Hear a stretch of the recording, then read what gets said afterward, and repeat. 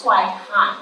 And if we look at the gender aspect, then we see that that percentage is even higher when we look at the females. And for the female youth, that percentage is around 29%. So if that is the case, then there is a concern that there must be something going on in case of the female labor market as well. So in the context of female labor market as well, we have seen in the recent statistics that there has been some progresses and female labor force participation rate has increased to 42%, which is something that is obviously impressive and praiseworthy. But at the same time, we must also keep in mind that there are differences in the rural and urban areas. In urban areas, the labor force participation rate of female has fallen down. So that is an area, so we need to create more job in the urban area and we need to see why and what are the constraints in the urban labor market in the context of Bangladesh for women. And finally, of course, a very important thing that we often overlook, that is the area of the quality of job. Because we must keep in mind that it is not only the thing that we must have people employed, but what type of employment are we providing them? Whether we are being able to provide them decent employment. That is the most crucial thing, and we must highlight and we must concentrate our effort in case of the decent employment. And final word, because we are in a panel where we are talking about the initiative that just the anchor has highlighted, Global Accelerator initiative, which has been initiated by the UN in 2021. One of the theme and one of the concern or one of the challenges that the global initiative that has highlighted is a gap in the social protection program.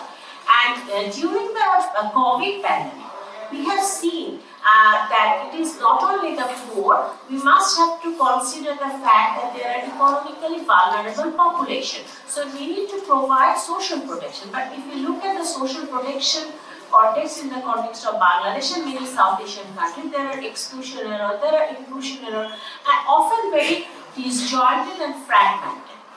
So we need to find a way, we need to find a solution for this fragmented social protection system as well. With this in mind, let me first welcome our esteemed panelists. And already you have heard that we have people from government, we have people from private sector, we have people from donor organization, and we have also people from workers. So we have people from across all of the board, and we have the students have tried to have a panel which more or less encompasses different segments of the labor demand side and the supply side of the labor market. Let's hear from them, and we would like to hear from your experience about what you are thinking about this initiative, about the challenges, and we also need to hear about what can be the way forward, how we can move beyond and how we can make the Global Accelerator initiative a successful. So without further delay, of course, I would like to express on behalf of ESC, I would like to express our humble gratitude towards you to make the time on a Friday afternoon to come and to talk on behalf of us. So first of all, I think I will go I was thinking about we will start from the government, but then I think that maybe we start from the demand side. So I will go to Mr. Barrister Sami Sattar, who is the former president of the DCCI and who have been working quite a lot with the DCCI about different initiatives, and now he's also an entrepreneur. So from your perspective, actually we would like to hear more about the demand side. So one is basically two small points that I would like you to highlight. One is we know that there is a skill mismatch and there is an industry-academia collaboration. There are concerns about that. So on the perspective, from the perspective of the demand side and the DCCI, what initiatives you have taken and what can be done further, that is one thing. And secondly, there is another challenge, which is the increasing challenge of fourth industrial revolution and the growing challenge of automation. So, in order to protect the rights and protect the welfare of the workers, what are the initiatives that can be taken, and whether that can be encompasses within the global initiative that the UN has proposed? Thank you very much for inviting me, and thank you to the Study Center as well for organizing such a timely summit. It is very, very important, as you know. I come from the private sector. It is very important that all of you who are going to be graduating, they know the needs of the private sector. Two questions have been posed to me. One is relating to talking about the demand side from the private sector, and how, in particular, the professional sector as well as academia can be forged so as to give a win-win situation for everyone. And the second one is obviously in relation to what steps can be taken with respect to the technological advancements and the fourth industrial revolution. Dealing with the first question, we all know that Bangladesh has a great demographic activity. But having a lot of people is not enough for the job market. What we need is quality. The quality of people is very, very important. But the private sector, it seems that it keeps on losing out on talent. And do you know why it loses out on the quality people? Because most of these quality people, like yourself sitting in front of me, they want to opt for government jobs, BCS jobs. Not only because previously it gave more certainty with respect to jobs in the public sector, but nowadays even the pay is quite good, including non-cash incentives. But the majority of Bangladesh obviously cannot end up with these government jobs, so they have to resort to private jobs. And that is why it's very, very important to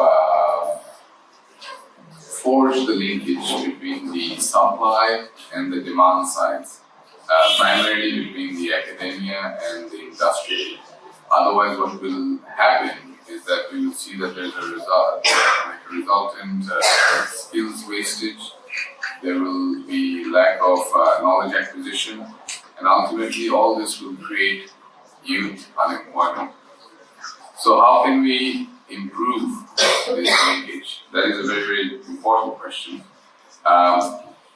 In most cases for the private jobs, there is a skill mismatch situation. What is being taught at educational institutes are not really what is required by the industry. I give you a simple example. After our garment sector, our next promising sector is the IT sector.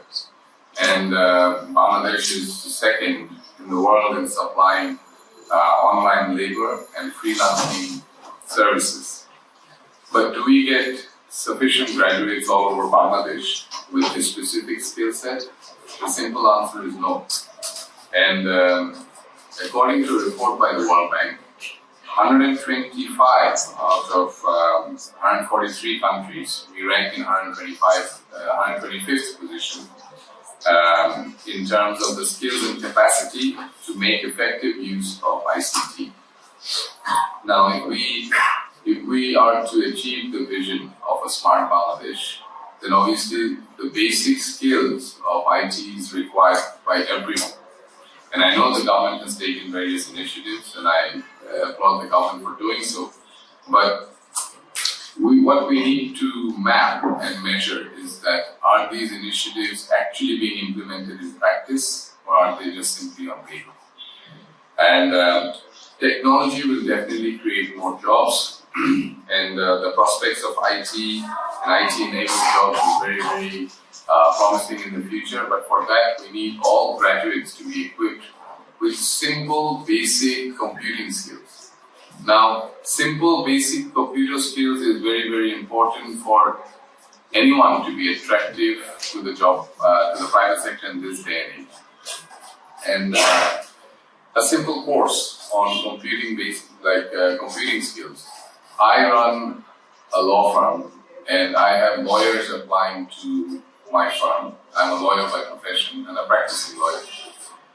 And even the most learned students have difficulty understanding and running a computer. Now, you will find it surprising, but I'm going through it every day. When I tell my juniors to prepare something, some of, not all, but some of even the brightest juniors have difficulty with technology.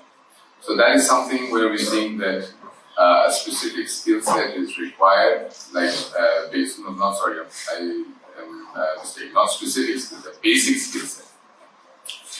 With respect to the job market, I want to make a few comments which we are seeing.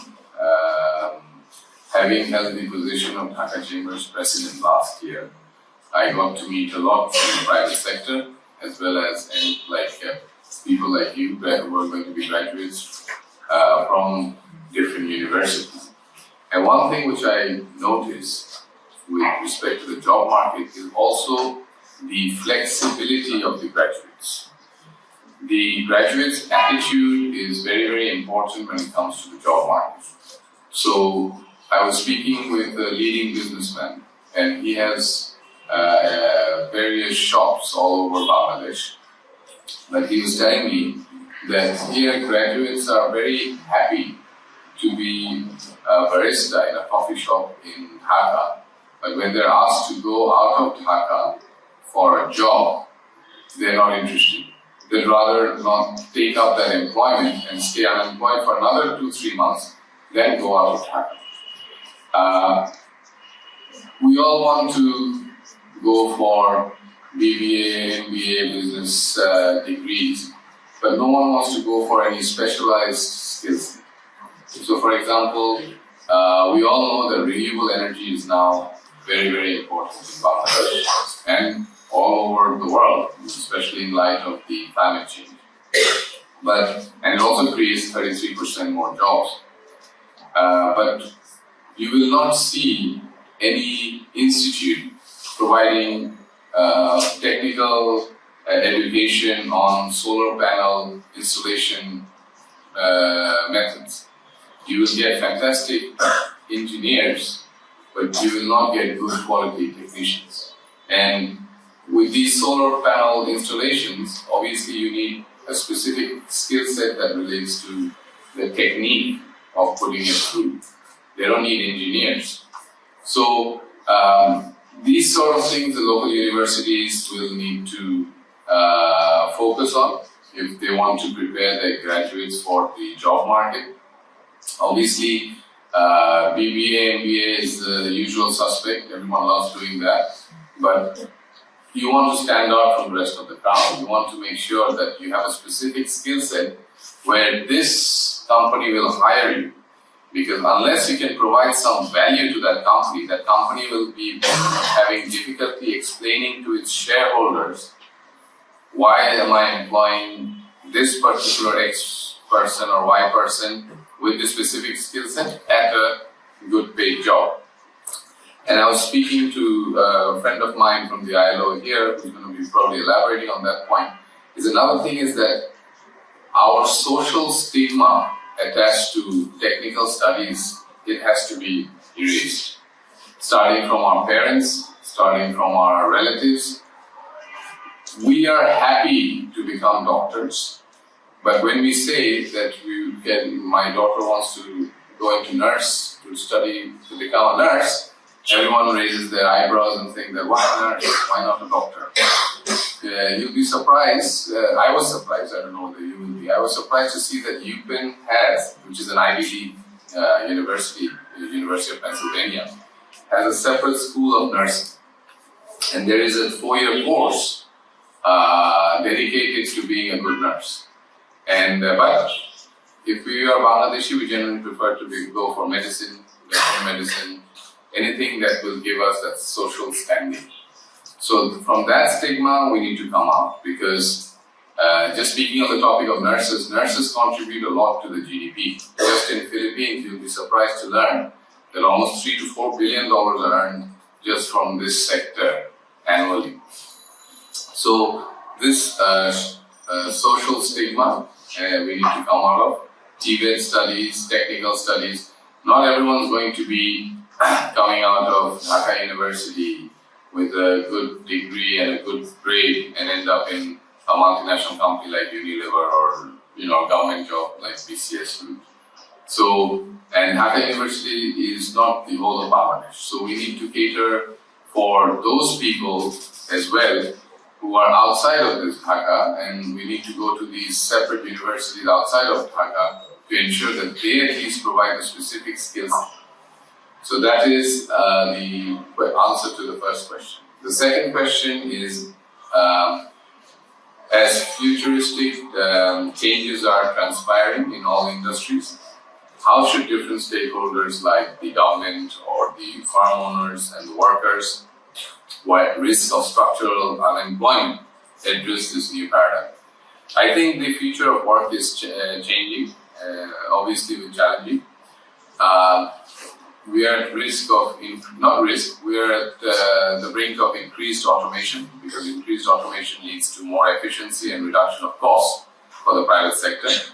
We have now been faced with new artificial intelligence, although I think artificial intelligence to come for it to take effect in Bangladesh, it will still be some time.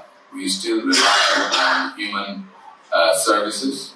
And at this stage, at least in the next 5 to 6 years or 10 years, I don't think we need to worry about being replaced by artificial intelligence here in Bangladesh. That's my opinion. But what we are increasingly doing, and what am I increasingly seeing in the private sector, is in use of increased automation. More technical machines are coming in garment factories. More technical machines are coming in different areas of business, in the different sectors, even in the steel industry. So we need graduates, or we need, not even graduates actually, we need workers with that specific technical skill set to use those machines. And for that, we need to focus on our TVET, which is technical and vocational educational training on technical issues. We need to focus on-job training, where employers are giving on-job training to their employees. And we also need to have formal educational institutes to have at least one subject or one subject or sub-subject even, which deals with technical skills. I have people from Dhaka College, who are graduates from Dhaka College, but they have spelling mistakes, regular mistakes. Initially, I thought that it was an error on the part, an inadvertent error, but actually there are issues there. So before we aim there, we need to have the basic soft skills for an employer. How to speak, how to write. These are basic skills that a graduate should have when they're graduating out of any university. And regarding the initiatives, obviously from the government side, although I represent the private sector, but I'm very pleased to know that the government has already launched a Skills for Employment Investment Program initiative, which is aiming to train 2.5 million youth in the high demand skills by 2027. And this program involves collaboration with private companies and NGOs to offer various vocational training programs. We have a National Skills Development Policy 2022, which also focuses on technical and vocational education. The 8th five-year plan of the government and the perspective plan of 2041 also prioritize skills development, because there is not a shortage of jobs. When we talk about shortage of jobs, I think it is wrongly used. There is not a shortage of jobs, there is a shortage of employable skills. If you have the right skills, you will get the job. But if you are just an average person coming out, you need to know what you want. And then you find that job that suits you better. many of interns, when I speak to them, they are still not clear what they want out of their lives. And it takes them 5-10 years to just figure out what they want to do. So you need to be specific. I wanted to be a lawyer. I became a lawyer in 2003. And since 2003 to 2024, I have not looked left or right. I've just practiced law, and I've just managed to come to a position where my law firm is now one of the leading law firms in Bangladesh. And if I was confused, 5-6 years trying to decide whether I want to go to a job or whether I want to stay in the profession, you need to fix in your head through thick and thin that this is what I want to do and this is what I'm going to achieve. There is no scope for displacement from your career goals, and that's how you achieve success. Otherwise, it's going to be very difficult. IT training, we're also very pleased to see that the government has partnered with the BGMEA, which is the Garments Manufacturing Association, to provide its workers with technical support and education so that they can handle automated, automated machines. And even the private sector, I think they have engaged in upskilling programs. There are companies like BRAC and Grameen Phone, which have launched upskilling programs for their employees, because on-job training is very, very important, because they focus on digital literacy, they focus on data analysis and other in-demand skills. So obviously the private sector has a duty towards its employees as well. One last point which I want to conclude my comments with is that we need a detailed roadmap exclusively focusing on graduate employment. We need to prepare an integrated database of graduates, which I think is missing. A database of graduates is very, very important, and that database will be integrated with the database of available jobs. আমরা যে BD jobs এ বারবার যে খুঁজি, আমাদের গ্র্যাজুয়েটসরা mapping কিভাবে করছে না হচ্ছে সেটা that is also very, very important. যে which graduate is coming out in which year with which degree or specific skill set. If that is recorded in a software somewhere, then automatically these jobs which are available can be automatically sent to their inbox. But I do not know whether the government has something like this, not to my knowledge, but I think in the future, if it does, then I think it will be very, very beneficial. Thank you for your patient listening. Thank you very much. Thank you so much, Mr. Sattar. I think there are a few points that I would like to emphasize and I would like to echo as well. One is the quality of education, because when you're finding spelling mistake from students, we also find spelling mistakes. So that is something that is due to having very sort of, I wouldn't say distorted, but there are lack of quality when we are talking about primary education and secondary education. So that is extremely important to have a very strong primary and secondary education level which teaches basic languages and basic sort of analytical thing. And the second point I think is to deal with the skill mismatch, there has to be more initiative from the government, initiative from the private sector. There can be some very simple ideas like having, because now we have Zoom, we can use this Zoom platform to teach students about some basic English or basic language thing and the presentation thing, MS Word sort of thing, and that will be very low cost solution. But the initiatives are very important, and in this context, it's also important. It's not only the allocation of the money, but the coordination and collaboration. How that can be effectively done. And in this context, another thing that Mr. Sattar has highlighted about the social stigma that we have for the technical and vocational education. In order to change that, it is also important to make it more common, make it more public, to have different type of technical and vocational education scheme. Even the media can play a role in order to encourage people to come to break this social stigma and to encourage the students to come to the picture.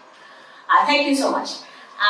Now, I think because we have seen some aspects from the demand side, maybe it's time to hear a bit from the supply side. So we have with us one of the representatives from the Workers Association, and I would like to pose a general question to you. Obviously, we are talking about this global initiative, but the fact remains is when we are talking about Bangladesh, obviously we are very proud of our ready-made garments industry and different other industrial achievements that we have. But at the same time, there are also concerns and growing challenges when we are talking about the minimum wage, when we are talking about the decent work on working area, different type of benefits, maternity benefit and different type of benefit. So how do you think, how far we have achieved and what should be exactly done when you think, when we are talking about from a worker's perspective, who do you think should do this type of work to have a decent workspace, and what strategies or what initiatives can be done from your experience?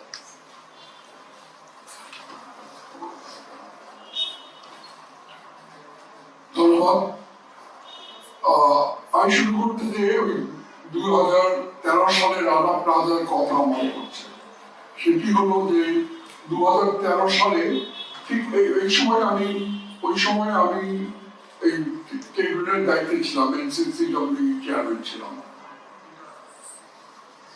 সেই সময় ঢাকায় আমাদের garments industry বিপর্যস্ত হয়ে পড়েছিল এবং ILO, donor country, employers federation এবং আমরা মিলে যৌথভাবে চুক্তিতে এসেছিলাম যে সারা পৃথিবীকে বোঝানোর জন্য যে এইটাই সংগ্রাম, এখান থেকে আমরা উঠে আসবো, গার্মেন্টস শিল্পকে রক্ষা করবো, শ্রমিকদের কাজের নিরাপত্তা দেব। এবং সেই উদ্যোগের ফলে আমাদের গার্মেন্টস শিল্প প্রতিষ্ঠানের নিরাপত্তার বিষয়ে কিছু কমিটি হয়, বাইরে থেকেই হয়, দুটো কমিটি, তারা পর্যবেক্ষণ করে, পরিচালনা হয় এবং এই বিল্ডিং গুলির নিরাপত্তা আছে কিনা তারা পর্যবেক্ষণ করে এবং সেই নিরাপত্তার ব্যবস্থা করে। আমি কথাটা উল্লেখ করছি এই জন্য যে আমরা দীর্ঘদিন চেষ্টা করে দিতে হয়ে আমরা পারিনি। এখনো আমাদের গার্মেন্টস শিল্প সহ অনেক শিল্পই বায়ারদের কমপ্লায়েন্সের উপর নির্ভর করে, ট্রেড ইউনিয়নের উপরে না, বা আমাদের কালেক্টিভ বার্গেনিং উপরে নয়। কারণ আমাদের এখানে এই কালেক্টিভ বার্গেনিং এবং ট্রেড ইউনিয়নের কথাবার্তা জাস্ট তারা ইগনোর করে যতক্ষণ না বায়াররা কিছু বলে। তো এই অবস্থায় আমাদের কি করতে পারি? আমাদের গার্মেন্টস ইন্ডাস্ট্রি এই এখন আমরা কিছুদিন আগেও কিছু পর্যবেক্ষণ আমরা দেখেছি, গবেষণা কাজ দেখেছি, সেখানে ওয়ার্কারদের, মহিলা ওয়ার্কারদের আচরণ বিষয়ে, মহিলা কর্মীদের সাথে আচরণের বিষয়ে আমরা পর্যবেক্ষণ করেছি, দেখেছি। এটা নিয়েও বায়ারদের মধ্যে আলোচনা আছে, তারা এই বিষয়টা তুলে ধরেন। আর আমাদের এখানে এখন যেসব শিল্প ক্ষেত্রে ওই সামন্তবাদী আচরণ এবং এই সামন্তবাদী আচরণ এটা চলছে, তারা মনে করে না যে আজকে আমরা 4th জেনারেশন টেকনোলজির দিকে আমরা অগ্রসর হচ্ছি, 5G টেলিকমিউনিকেশন চলে আসতেছে, সেখানে আমাদের আচরণগুলো ক্ষেত্রে পরিবর্তন খুব কম ক্ষেত্রে ঘটেছে। তো আমাদের এই উত্তরণের জন্য আমি মনে করি যে কালেক্টিভ বার্গেনিংটা বেটার করা দরকার, সেফটিটা ভালোভাবে দেখা দরকার এবং এই আচরণগত বিষয়েও ওয়ার্কারদের সাথে সেটা শুরু হওয়া দরকার, সেটা কালেক্টিভ বার্গেনিং বা আলোচনার মধ্যে দিয়েও এটা করা সম্ভব। আর এবং এইখানে এখন নতুন নতুন যে টেকনোলজি আসছে এবং গার্মেন্টসও আসছে, তাদের স্কিল ডেভেলপমেন্টের কথা যেমন আমরা বলে থাকি, সেটাও দরকার। এবং টেকনিক্যাল শুধু মালিকের সাথে কালেক্টিভ বার্গেনিং করবে না, তাদের যে সদস্য আছে তাদেরও মান এবং কার্য পরিধি এগুলি বিষয় অ্যানালিসিস করবে, তারা আলোচনা আনবে এবং যেন প্রোডাক্টিভিটি বাড়ে এবং সেখানে আমাদের কাজের মানও বাড়ে। তো এইটাই আমাদের বায়াররা গ্রহণ করতে চায়, এই বিষয়টি তারা বেশি করে আলোচনা করে। আর এমনি যে বিষয়গুলো আমাদের এখানে, আমাদের যে শ্রম আইন আছে, আমি বিষয় বলতে চাই যে শ্রম আইন মাত্র 1,20,00,000 শ্রমিককে খাবার করে, যদিও আইনে আছে সত্যি হতে খুব কম সংখ্যককে খাবার করে। এবং ভাস্ট মেজরিটি ওয়ার্কার এমপ্লয়িরা হলো সেলফ এমপ্লয়েড বা কন্ট্রাকচুয়াল জব, এবং এখন বিভিন্ন প্রতিষ্ঠানে এমপ্লয়মেন্ট একটা কন্ট্রাকচুয়াল জবে চলে যাচ্ছে। এই কন্ট্রাকচুয়াল জবের ওয়ার্কারদের এমপ্লয়িদের সেটাও আমাদের শ্রম আইনে আনা বড় দরকার। এবং এটা ছাড়া কিন্তু একটা শ্রম আইন কোনো অর্থহীন হয়ে দাঁড়ায়, যে শুধু অল্প কিছু লোককে রক্ষা করে। আরেকটি বড় বিষয় হলো যেটা হলো এই যে বিশেষ সেক্টরিক জোন, শিল্পক্ষেত্রে হচ্ছে ইপিজেড বা এই ধরনের, তারাও কিন্তু আমাদের শ্রম আইনের আওতায় নেয়, তাদের আলাদা আইন। এবং এটাও কিন্তু বাইরের বায়ারদেরকে কোশ্চেন। আমরা যে সাস্টেনেবল ডেভেলপমেন্টের কথা বলি, আমরা কিছু লোককে এই ডেভেলপমেন্টের মধ্যে নিয়ে আসলাম, বাকিদের বাইরে রাখবো, তা হতে পারে না। আর এমনি আমাদের যে এখানে এইসব ক্ষেত্রে decent work programme, better work programme, ILO নানাভাবে আমাদের সাহায্য করছে, সহযোগিতা করছে, নানা সেমিনার সিম্পোজিয়াম করছে এবং এগুলো রিভিউ করছে। কিন্তু এটা তো জাতীয় পলিসি না ঠিক করে, এবং এই ক্ষেত্রে যদি জাতীয়ভাবে ফোর্স না দেওয়া যায়, তাহলে এই কর্মক্ষেত্রে মানুষের মান উন্নয়ন হবে না, তাদের হেলথ, বাসস্থান, তাদের ছেলে মেয়েদের স্কুলিং, এইসব যদি আমরা না দেখি, তাহলে আমাদের যতই গ্রোথের কথা বলি, উন্নয়নের কথা বলি, সেটাই ব্যাপক জনগণেরকে আমাদের বাইরে থাকবে। ধন্যবাদ।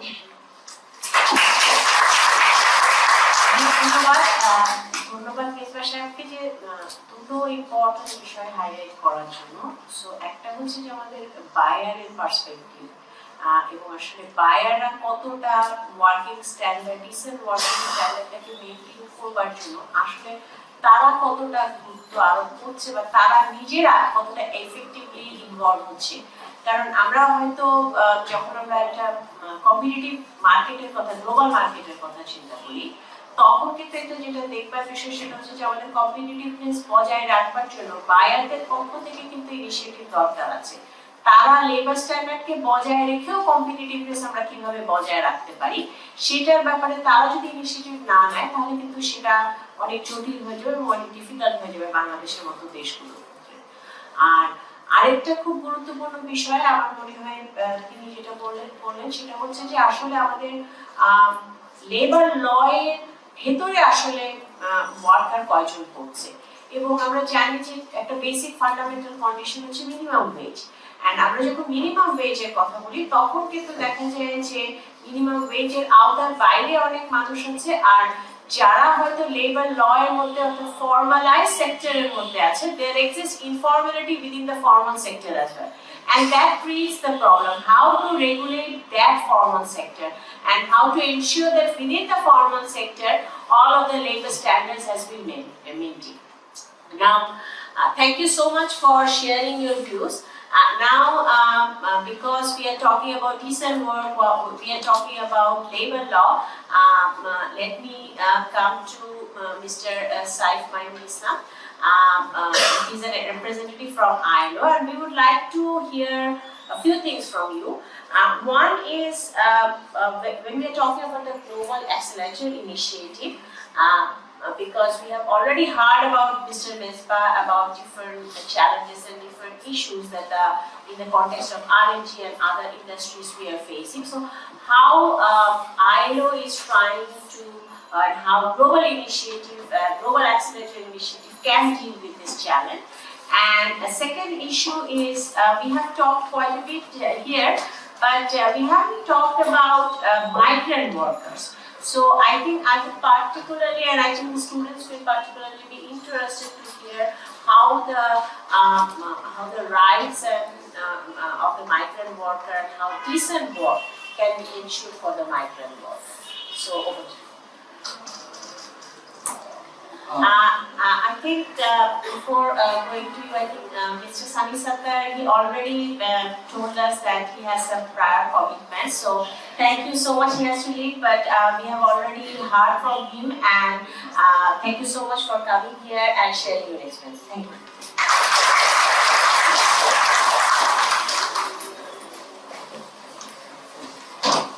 Thank you. It is very encouraging to see that so many of you have made time to make yourself available for this conversation on Friday. It's very, very encouraging. Great to see the enthusiasm among young people. So, from the Global Accelerator, it's like many of the, UN terms, this one is also very big.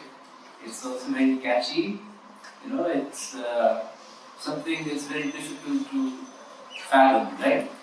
So the Global Accelerator is basically a response. So it's not an ILO initiative. Let me be clear. It's a UN initiative, right? It came from the United Nations Secretary General.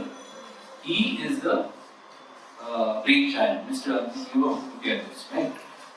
So given the pandemic, given the Ukraine war, given climate change, given inequality, given all the economic volatility, given the number of people who become poor, new poor, the sort of rise in refugees around the world, speared by conflict, the number of governments getting into debt burdens, the shrinking of fiscal space, civil society space.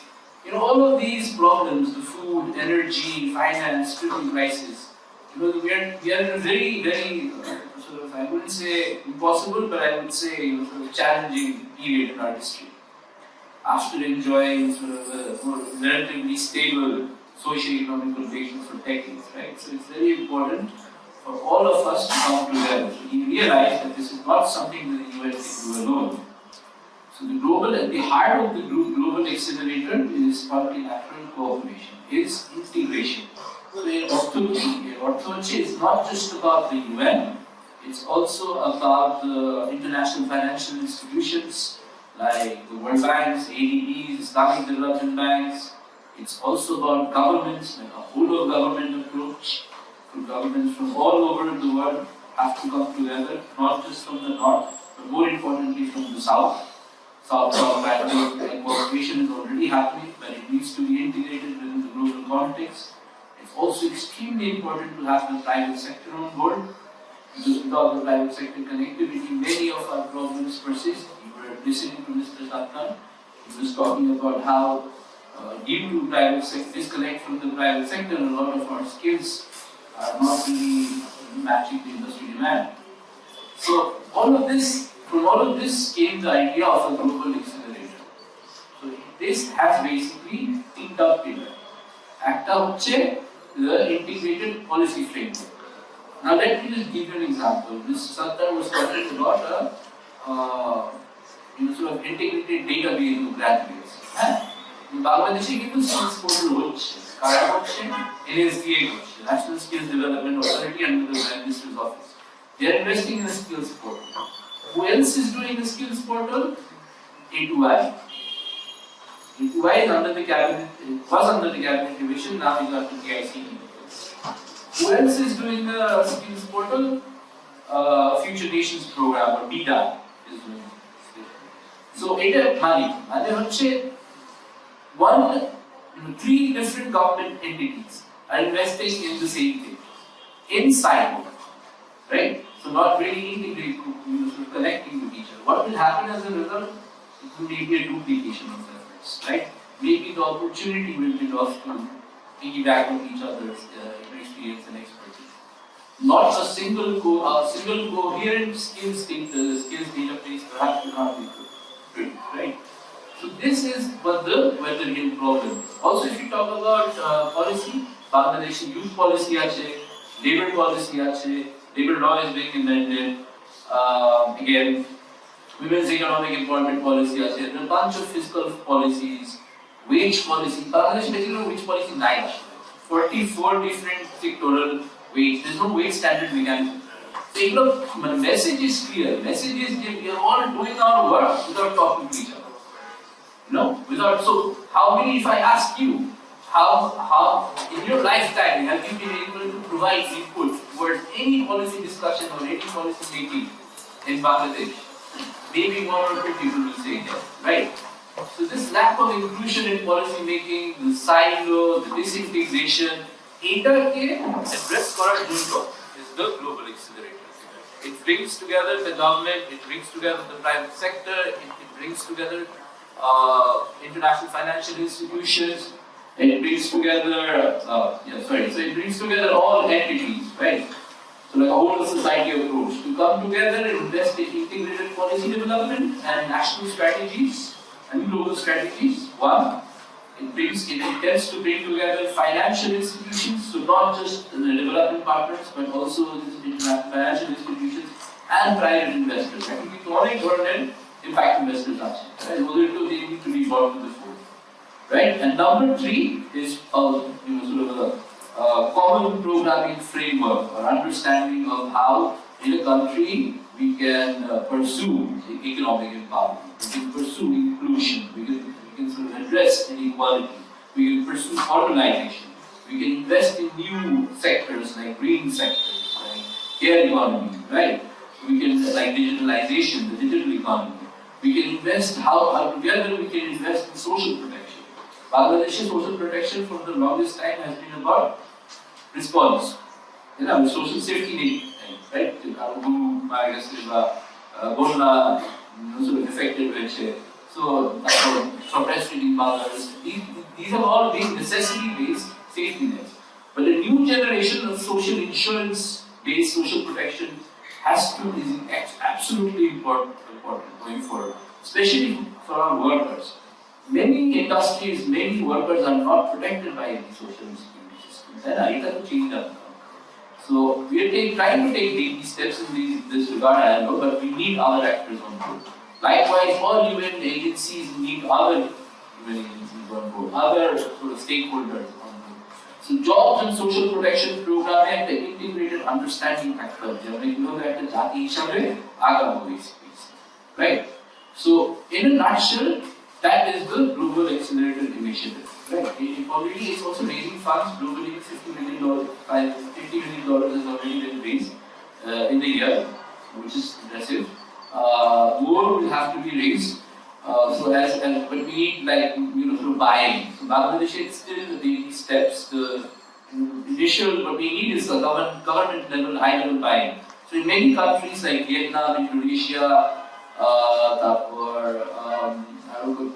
Philippines, Nepal, they've all signed into the global. The government has expressed interest to the UN Secretary General that we want to be a part of it. We are going to present this to the government soon, and we are hoping that the somebody from the ILO or Ministry of Finance or Ministry of Labour and Employment will say that we are interested in anchoring this or taking this initiative forward. What will then happen? We will become a pathfinder country. When we become a pathfinder country, we sign on to the Global Accelerator initiative. That means some high-level body in the government Bangladesh has to be set up. Has to be set up by the representation of the government, the private sector, workers, employers, and your international management. Then we call for integrated policy making. Then we collectively address all of these issues that we have talked about, lack of skills, data, OTA. There are many issues. Like if we as a nation do not understand the importance of coming together when it comes to policy development, coming together when it comes to national strategy development. Let me give you a simple example. Bangladesh Ministry of Education has invested in something called the Bangladesh National Qualification Framework. Bangladesh National Qualification Framework is basically school থেকে, college থেকে, university থেকে, technical education থেকে একটা যে learning সিস্টেমটা আছে, ওটার কোথাও কোনো স্ট্যান্ডার্ড আছে বাংলাদেশে? ছিল আছে। কোনো লেভেল ডিসক্রিপ্টেড ছিল, লেভেল 1, লেভেল 2, সারা বিশ্বে আছে কিন্তু। অনেক বড় বড় দেশে আছে। হ্যাঁ, so suppose you take a training, suppose you take a course. When you do that, you should be able to know, as a young person, you should be able to know, yeah, national qualification framework on level 8 course study. And then that is a recognition for you. Why? Because the industry would have to recognize it. The national qualification framework ticket, a standard is, so they're fit for this particular job. Into Bangladesh national qualification framework is which it only can. Private sector to line, so Ministry of Education in the investment, the qualification standard which is fine. It has to be communicated, it has to be accepted. That at the whole of society approach like it is for everything going forward, right? So there needs to be like a high level body environment that is going to drive the whole process of decent jobs, social protection, sustainable development, and in an integrated manner, not like in a sporadic, haphazard manner. This is a good movement also because of the 9 5-year plan, and also because of the NDC graduation and General Bangladesh preparation. A national body which deals with the NDC graduation. Where Bangladesh is now developing a smooth transition strategy for NDC graduation. So, এখানে এই নিডগুলা, এই necessity-গুলা raise করা খুবই important.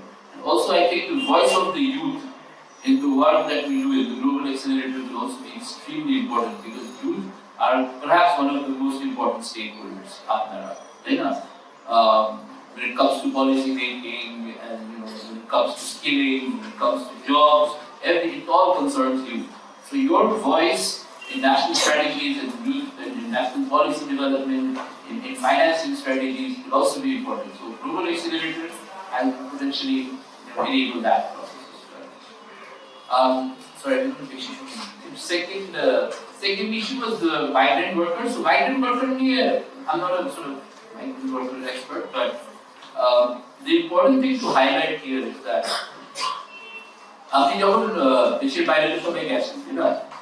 so when you look at the workers there, to not খেয়াল না করলেও একটু closely খেয়াল করেন আমাদের দেশের ওয়ার্কাররা কিন্তু মোস্টলি আপনি দেখবেন লো স্কিল জবে কাজ করে।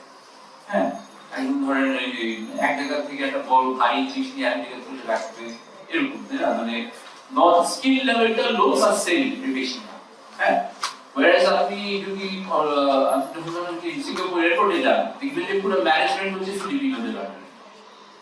হ্যাঁ, পুরো এইসব ধরেন আমরা হচ্ছে কি ফুডটা সার্ভ করতেছি, ওরা হচ্ছে রেস্টুরেন্টটা ম্যানেজ করতেছে basically.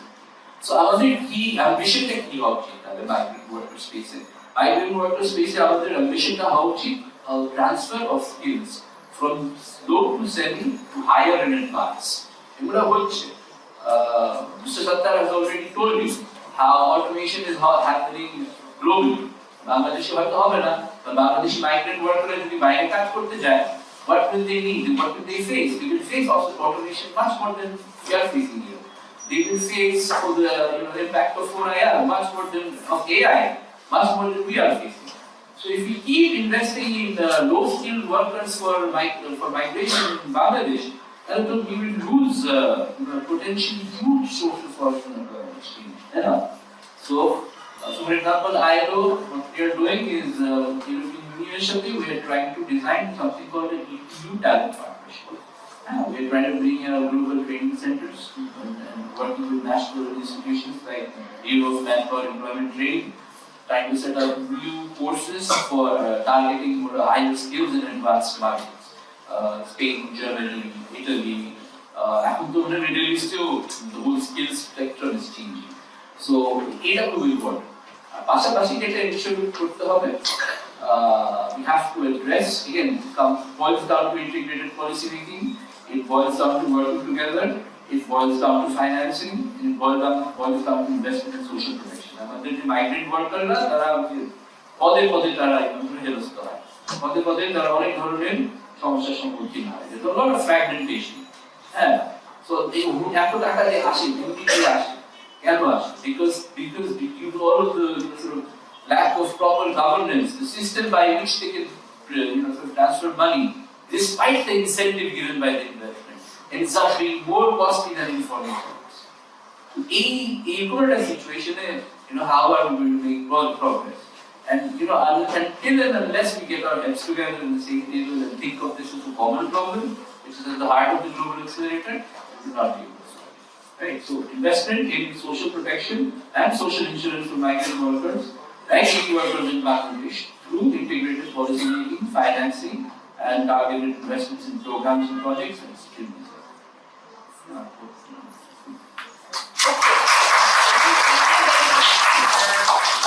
There are a couple of points. One is it's important to have a coordinated effort. So we have some initiatives, we have some efforts, but maybe a little bit of disjointed way. So that's why I think Mr. Sattar was pointing out about having a proper, comprehensive roadmap to deal with different challenges that we have in the labor market. That is something I think that is not very strongly present in the context of Bangladesh. And second, when we are talking about the migrant worker, as Mr. Moinul has rightly pointed out, that there are different issues of, and one of the issues is basically related to their skill set. And when we are talking about the skill set, so we probably, it's a high time when we are talking about fourth industrial revolution, when we are talking about changing global environment, greater competition. I think it's a high time that we focus our attention to upskilling our migrants and also to find newer type of sectors, because our migrants, in many cases, they go to for working in the construction sector, they go to work in different hotels, restaurants, they go to work as a domestic worker. And often we hear different stories about their exploitation as well and different type of discrimination. So probably we need to think about new sectors. For example, care sector, rather than domestic work, care sector can be another important sector, especially when we are talking about the changing global context, like for the countries like Japan, it's an aging society. So they need care worker, but obviously they need care worker which is not only have basic skill but semi-skill, have some language skill, have some hygiene skill, have some skills related to the nursing. So in order to do that, the government and the related agencies, there are a lot of related agencies who are working with the migrants. They need to come forward, but we don't see that much of effort. We see some sporadic effort, but that is very important, very fundamental if you want to maintain the welfare of this. And we need to think about different countries as well. We are considering only the Middle Eastern countries, but we need to think about where we can have other options. Then it's also important to have greater diplomatic and political collaboration. And often we don't see much initiative and much stronger diplomatic tie and diplomatic initiative is needed if you want to safeguard the welfare of the world. Now, I think we are at the end of, we have heard from each of the panelists for a few minutes, and we're at the end of the first session. Now it's the time for the question answer. And I would request the students to pose their question, and first they can say that which year they are in, and they can pose their question, and after that, if they have any specific question to any specific panelist, they can mention. Otherwise, we will just go to the panelists and ask them to provide some general answer.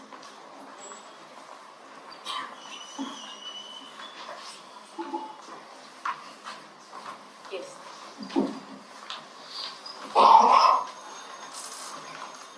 Assalamu alaikum.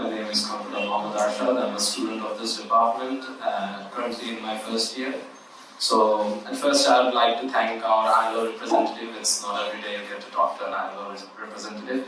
We have heard a lot about the fourth industrial revolution, but if we see the current stature, we're at a point that, well, it's sort of like US and China, they are trying to, the industrialization is sort of going backwards. Like US and China are not interacting with each other like we used to see. So sort of a deglobalization, if we must say. So my question was for the ILO representative that what can our labor force expect? Like what challenges or what possibilities can we expect from this sort of deglobalization effect that we're seeing right now? Thank you. Okay, I'm just wondering probably if we can take 3 questions, then we go to the panelists, and if we have more questions, then we can go.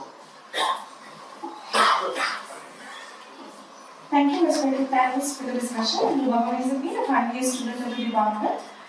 My question is, how can we design a legal system that ensures that workers are not replaced by artificial intelligence at an excessive rate, but also a system that doesn't prevent innovation and adaptation regarding AI?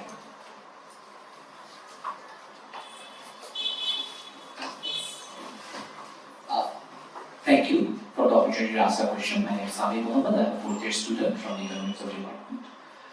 আমার প্রশ্ন হচ্ছে আমাদের মধ্যপ্রাচ্যে অনেক migrant ওয়ার্কাররা যান, specially female ওয়ার্কাররা হচ্ছে house worker হিসেবে অনেকে যান। এটার জন্য সেখানে একটা ভালো ওয়ার্কিং পরিবেশের খুব অভাব। তো আমরা ডোমেস্টিক্যালি ওয়ার্কিং স্ট্যান্ডার্ড যেটা মেইনটেইন করার জন্য যতই রেগুলেশন নেই না কেন, ইন্টারন্যাশনালি এটা কিভাবে আমরা মেইনটেইন করতে পারি যাতে আমাদের মাইগ্রেন্ট ওয়ার্কাররা, ইন্টারন্যাশনাল মাইগ্রেন্ট ওয়ার্কাররা পার্টিকুলারলি সেফলি কাজ করতে পারে, এবং এটা কি শুধুমাত্র বাইল্যাটারালি কাজ করার সুযোগ আছে নাকি এটার কোনো ইন্টারন্যাশনাল ফ্রেমওয়ার্ক আমরা দেখতে পারি? ধন্যবাদ। Okay, there are a few other questions.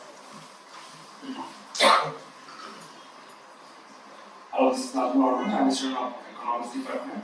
So my question is, social sector programming, আমরা অনেক সময় অনেক বেশি পরিমাণে টার্গেটিং এরর দেখতে পাই, right? And most of the time সেই টার্গেটিং এরর গুলো হচ্ছে আমরা মানে সেন্ট্রালি করি না।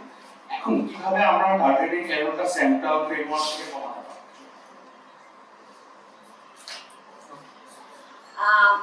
Shall we ask the panelists, or shall we go to the panelists, or shall we take more questions?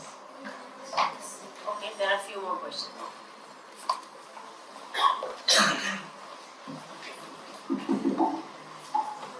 Hi, I'm Mohammad. I'm currently a freshman at this department.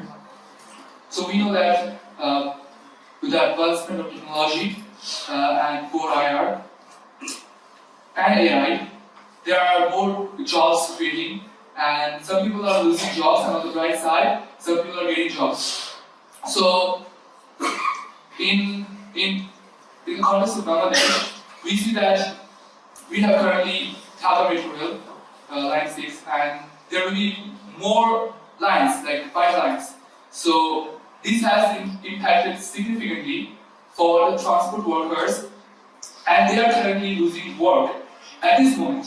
So how are we planning for the inclusion of them to be part of the 4IR and for, as for the topic, a just transition? How can we make a just transition for them to be part of the 4IR and to have job securities? Thank you. We should start taking a few different Sorry? Okay. I think that now we can hear from the panelists. I'm just wondering, probably from Mr. Mesba, we can hear about the questions related to the migrant worker and the safety and security of the migrant worker. And then we can come to Ireland with a specific question. Migrant ওয়ার্কারদের বিষয়ে ILO convention আছে, সেটা হলো contractual জবে যারা যায় এবং কাজ করে, এবং সেই দেশ মাইগ্রেন্ট ওয়ার্কারদের সেই কনভেনশন গুলো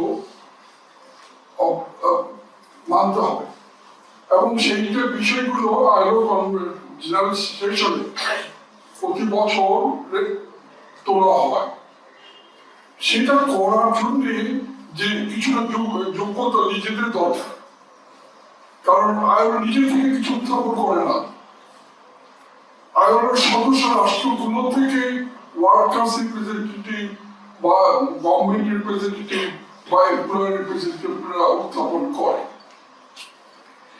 আমাদের দেশে আমাদের মাইগ্রেন্ট ওয়ার্কাররা যারা যায় সেখানে তারা কিন্তু কন্ট্রাকচুয়াল জব, কিন্তু আমাদের বাংলাদেশের কন্ট্রাকচুয়াল জব যারা করে তাদের কিন্তু কোনো আইন নাই, কোনো আইনের আওতায় তারা পড়ে না।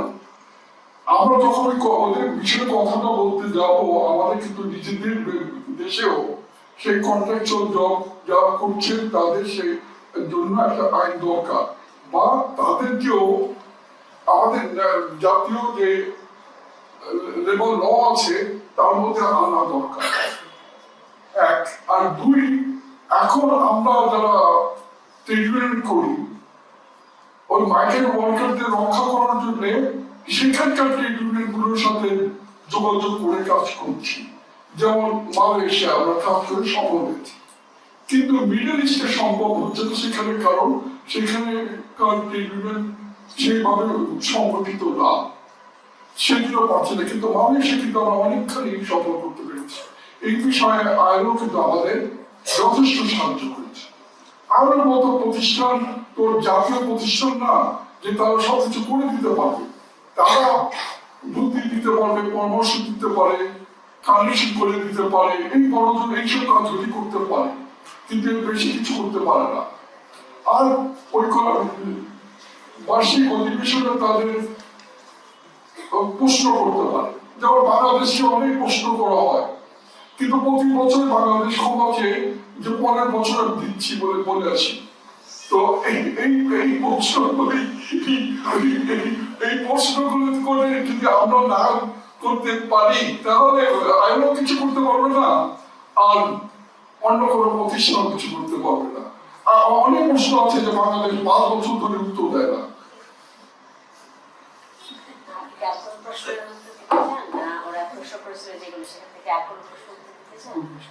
আরো তো একটা প্রশ্ন ছিল যে কোনো মানে ওয়ার্কারদেরকে একটা যেমন ছিল যে লিগ্যাল ফ্রেমওয়ার্ক, প্রবাবলি এটা আপনার জন্য রেলেভেন্ট, যে কোনো লিগ্যাল ফ্রেমওয়ার্কের প্রস্তাব করা যায় যে যেটার মাধ্যমে ওয়ার্কারদের যে 4IR বা অটোমেশনের কারণে যে রিপ্লেসমেন্ট সেটা কিন্তু কিছুটা সেফগার্ড করা যেতে পারে।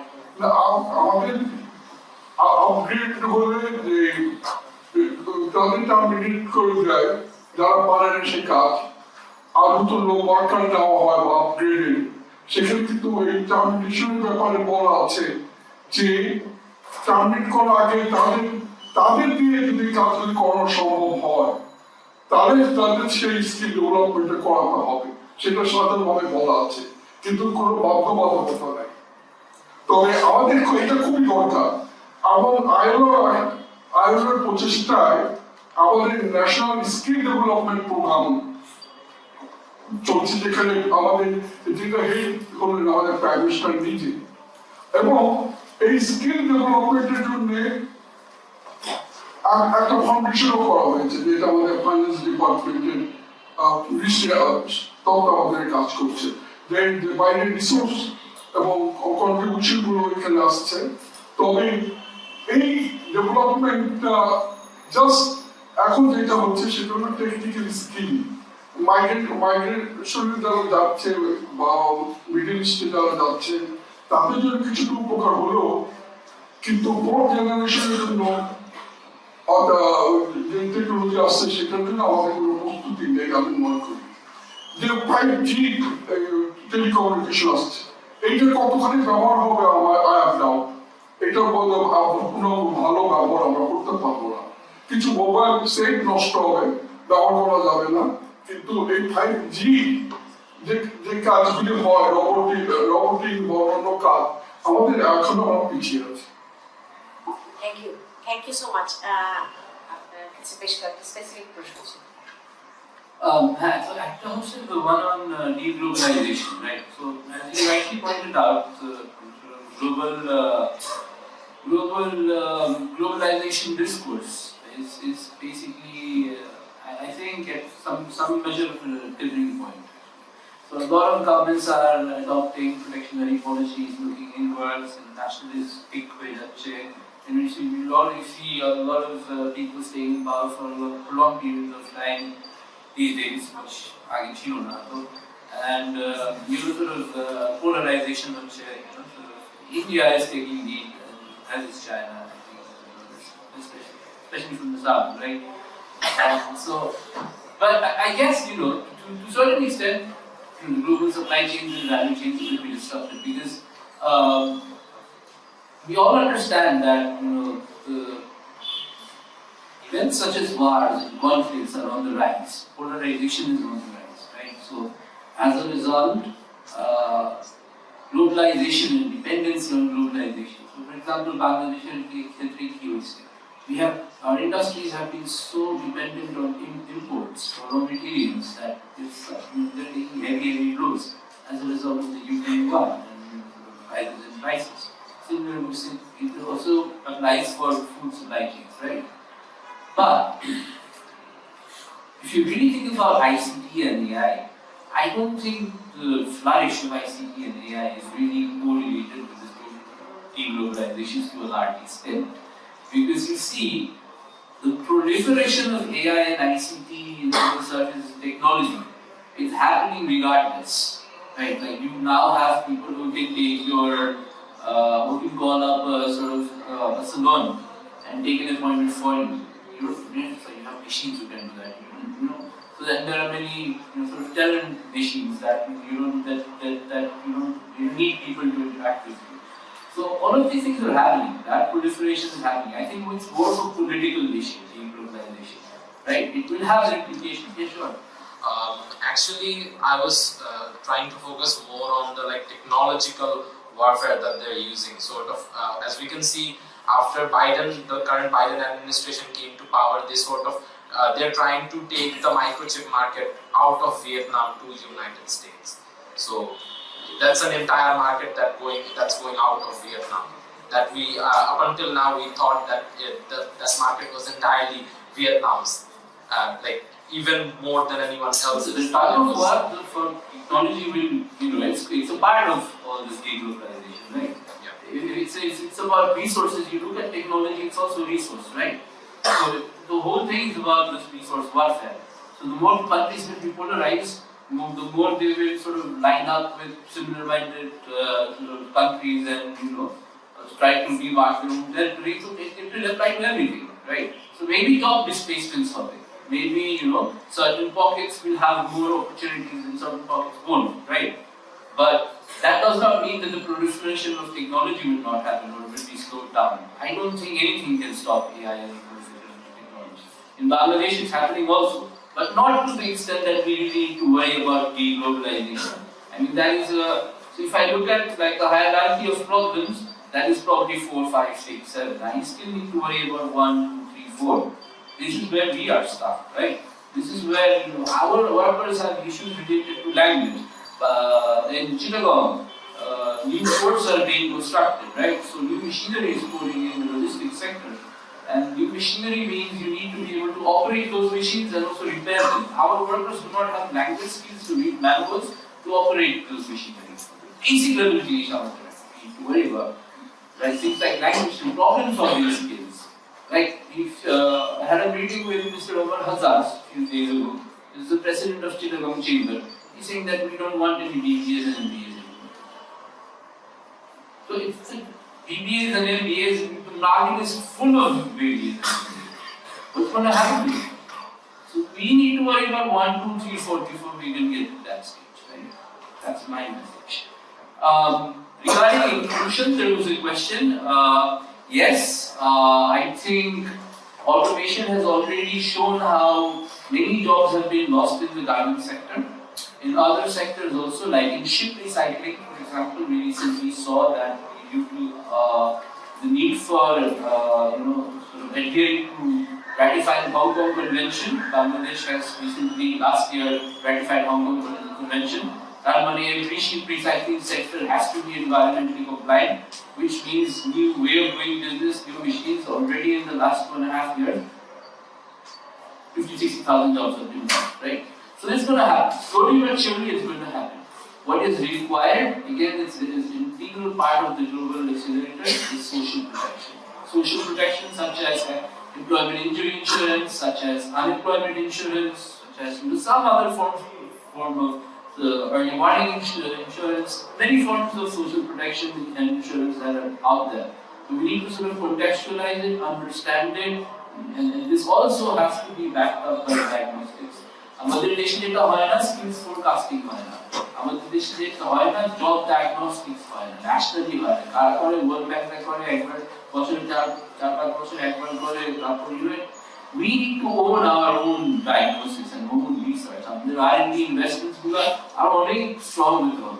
We need to understand which jobs will be redundant, which jobs will come in, and what sort of protection is required.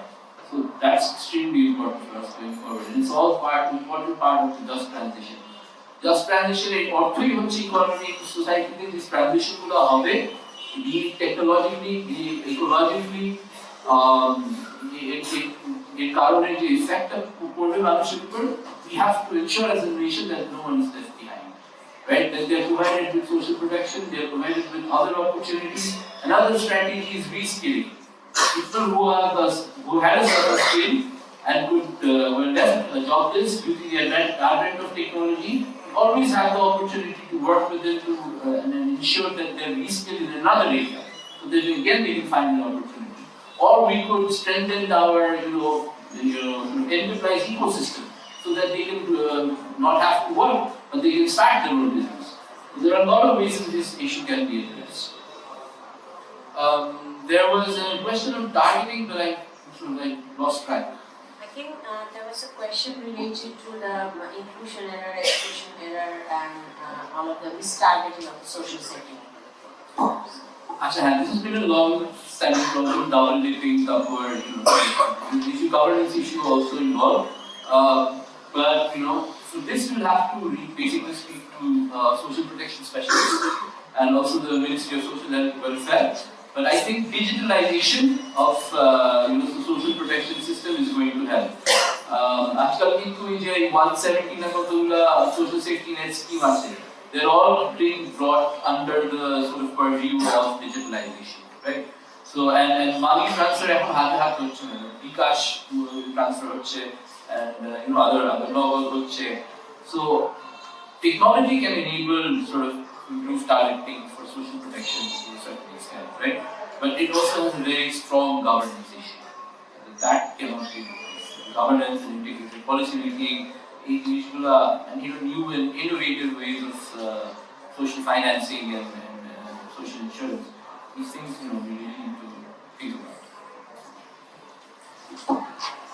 Okay, thank you so much. I think I just want to add one issue is when we are talking about this restarting thing. Of course, the digitalization is one way because now a lot of social safety net programs they have been directly the amount is transferred to the beneficiary's account. So by doing that, lot of mistargeting and use of the service in a wrong manner that can be tackled. So if we can have the digitalization of the whole thing and against the national ID card, if we can make it digitalized, that is one thing. And secondly is like the beneficiary criteria selection. I did some work and we were quite surprised the way the beneficiary criteria has been selected. Who will be selected as a beneficiary of this program? That is very backdated and very old-fashioned way that has been done. So that is also another thing that we need to think about, like who will be included here and who will not be included. And in terms of the social safety net program, I think it's important that we also need to focus on more comprehensive thing. The social safety net program is not only about providing some assistance to as an old age assistance or an assistant to very vulnerable people, but social safety net program can come out more strongly as some of the inputs related to skill training program, some of the different skill training program and different initiatives related to skill training program that can come here. So I think that component of social safety net program in the context of countries like Bangladesh, if you want to tag the recent work initiative with the social safety net, social security initiative, that is another important issue. I think we have heard quite a lot from both of the panelists and other panelists. He has also provided some interesting insight. So thank you so much for being with us. Now, a rich discussion has taken place, so it's difficult to sum up. But if I want to sum up, then I think one point came up is like we need to have a coordinated effort. So there are different efforts, different good project initiatives, but in a probably sporadic manner. So a comprehensive effort is very important. We need to have a monitoring and evaluation as well. That is something we haven't talked about, but it's very important because we know as an economics student, we know that money is something that is like we need to that is scarce. So when we are talking about the scarce resource, we need to see how we have to spend the money and whether that money has been spent in order to achieve a certain target. That is important. So we need to have a proper monitoring and evaluation mechanism in every basis. Thirdly, quality of education. That is extremely important because some of the fundamental things, analytical things, language skill, interpersonal things, that is extremely important when we are talking about like the quality of education, and quality of education in the primary and secondary education. The fourth point is who will do what work. Like there is a skill mismatch, but who will take the initiative? There are different actors. So obviously the government has to take the initiative, but at the same time, the private sector and the academic institution, there has to be some specific guidelines, how they will do with that, how they will mismatch the skill. And of course, the students and the overall mindset has to be changed as well. At the same time, when we are talking about the mindset, it's extremely important. We also talk about the mindset against the females, women's working and women's studying. Like we still don't have the presentation of women in sectors like STEAM sector. That is very, very low. So we need to, there are gender stereotypes, there is gender norm that is against women working in the public sphere. So that needs to be changed. The government and the private sector, they have a lot of role to play. The final point is about financing. We haven't talked quite a lot about financing. And as an economics student, we know that nothing is free. There is no free lunch. So the thing is like, what shall we do? The government does not have that much of resources with such a low tax GDP ratio. So the private sector's initiative is extremely important. But we know the private sector is a profit-motivated sector. So why the private sector will invest for the workers? Thing is, the government has to make the work for the worker. So the government can make some of the incentive programs, some of the special treatment, tax waivers, subsidy programs, conditional upon the welfare of the worker. So conditional on minimum wage, conditional on maternity leave, conditional on different type of upskilling and skill development program, investment in research and development, and government can take an important step here, because government is someone that can actually make the whole system more structured and more oriented toward the worker. But for the resources, the private sector is extremely crucial, and it's important to include the private sectors in the objective function of the private sector. It's important that the workers' welfare is incorporated as well. So I think we are all thankful to the panelists, and thanks to the audience for listening to us on a Friday afternoon. And let me conclude the session here. Thank you so much.